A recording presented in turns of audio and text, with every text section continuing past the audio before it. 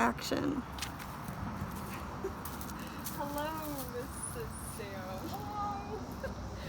We're here today to talk to you from the Occupational Therapy Department. My name is Mary Grace. Nice to meet you. Hello, nice to meet you as well. I'm an occupational therapy assistant student right now. And so I guess I'm just curious off the bat if you know what occupational therapy is. You train people to work? Well, I'm glad that we're going to talk about it because it's a lot more than that. It's actually when an occupational therapist will come in and assist people with various mental, physical, or emotional challenges to kind of get back to their day-to-day routine, their day-to-day living. So for your son, Sam Jr., who's diagnosed with COPD, we would really come in and talk about... Bless his heart. Yes, I know. He's such a sweet boy. We would come in to talk about some energy conservation. So that looks like kind of ways to assist him to get through the day a little bit easier without having challenges with breathing, without being totally exhausted at the end of the day.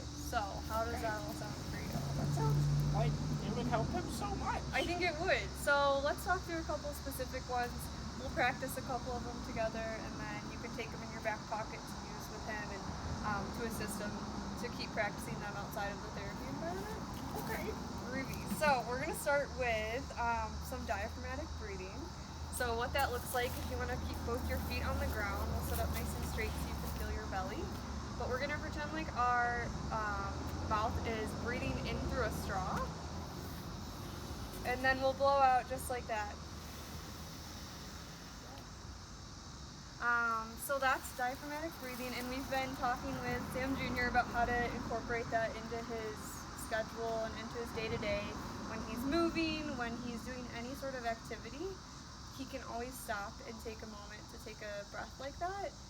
But we've also been working with him on doing that throughout activities. So even just if you're walking next to him, if he's cooking a meal next to you, you can model that by taking a deep breath in like we did and exhaling, and that'll help him kind of with those activities and getting through those activities. Okay. So that's number I one. feel the difference already. I know, me too. I feel like my mind is clear. I can breathe a little better. So Yeah. that'll help you and Sam if you want to use it.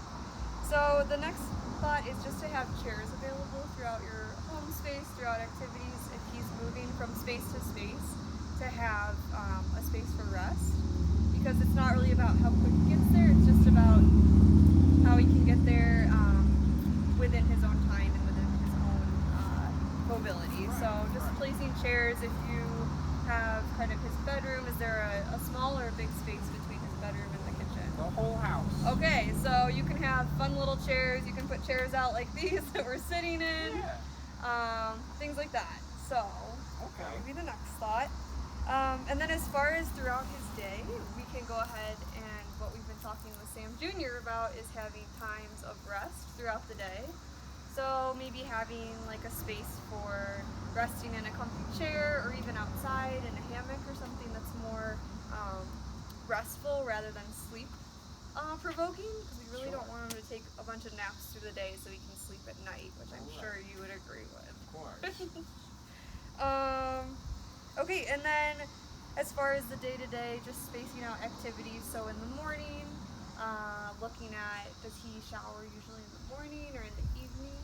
Showers in the morning. Okay, yeah, so that would be something good to continue, just as far as he's probably waking up with the most energy in the morning, so that's a good time to shower. And then in the evening, kind of spacing in other things that you feel like could be beneficial. What he talked to us about was placing his clothes out the night before, so then he doesn't have to think about that in the morning. It can just be something that he's done and then he can go to bed. Okay. So those are kind of two examples. Do you feel like there's anything else that you could think of in his day-to-day or in your all day-to-day? He needs to read more. Needs to read more. Okay. Well, that could be something that he does during his rest time, maybe. Yeah. And then kind of the last thing, more occupational therapy specific, is any adaptive equipment. Do you all have any adaptive equipment in your house right now? I don't. Okay, so we've actually talked to Sam about getting a shower chair into the shower so he can sit down while he's showering and kind of continue to conserve that energy throughout his day. I see.